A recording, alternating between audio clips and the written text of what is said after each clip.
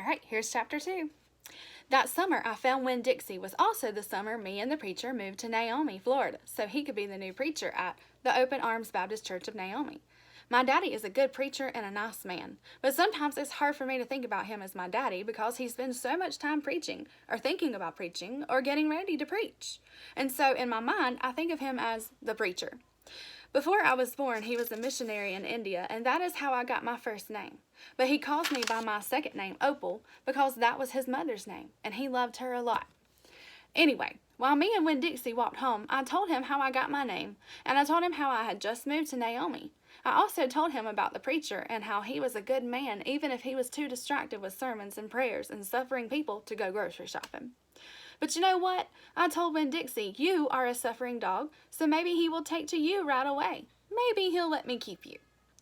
Winn-Dixie looked up at me and wagged his tail. He was kind of limping like something was wrong with one of his legs, and I had to admit, he stunk. Oh, bad.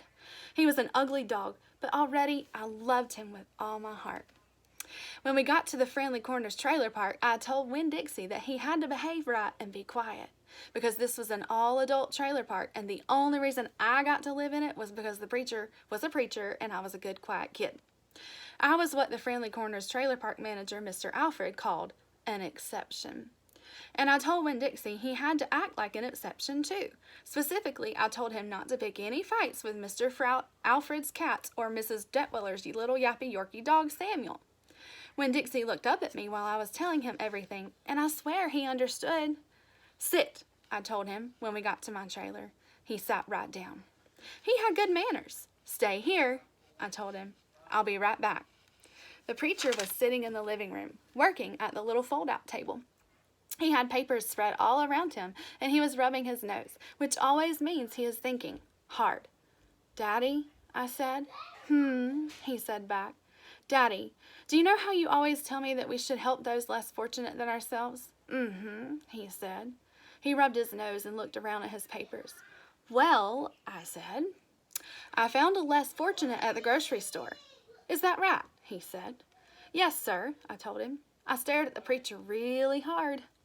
Sometimes he reminded me of a turtle hiding inside its shell, in there thinking about things and not ever sticking his head out into the world. Daddy, I was wondering, could this less fortunate, could he stay with us for a while? Finally, the preacher looked up at me. Opal, he said, what are you talking about? I found a dog, I told him, and I want to keep him. No dogs, the preacher said. We talked about this before. You don't need a dog. I know it, I said. I know I don't need a dog, but this dog needs me. Look, I said. I went to the trailer door and I hollered, Winn-Dixie!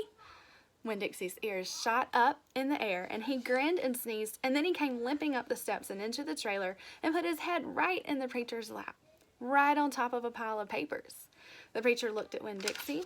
He looked at his ribs and his matted up fur and the places where he was bald. The preacher's nose wrinkled up. Like I said, the dog smelled pretty bad. Winn-Dixie looked up at the preacher. He pulled back his lips and showed the preacher all of his crooked yellow teeth and wagged his tail and knocked some of the preacher's papers off the table. Then he sneezed and some more papers fluttered to the floor. What did you call this dog? The preacher asked. Winn-Dixie, I whispered. I was afraid to say anything too loud. I could see that Winn-Dixie was having a good effect on the preacher. He was making him poke his head out of his shell. Well, said the preacher, he's a stray if I've ever seen one. He put down his pencil and scratched Winn-Dixie behind the ears. And a less fortunate, too. That's for sure. Are you looking for a home? The preacher asked real soft to Winn-Dixie. Winn-Dixie wagged his tail. Well, the preacher said, I guess you found one. Yay!